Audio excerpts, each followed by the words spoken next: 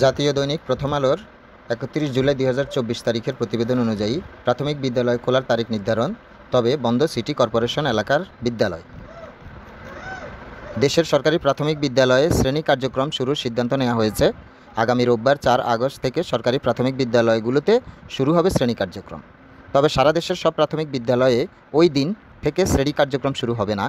১২টি city corporation ও নরসিংদী জেলার পৌরসভার প্রাথমিক বিদ্যালয়গুলোতে ৪ আগস্ট থেকে শুরু হবে না শ্রেণী কার্যক্রম।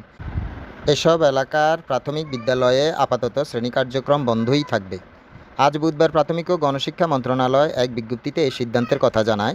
বিজ্ঞপ্তিতে বলা হয়েছে, প্রাথমিকের ক্লাসের সময়সূচিতে কোনো পরিবর্তন আনা হয়নি। আগের রুটিন অনুযায়ী পাঠদান চলবে।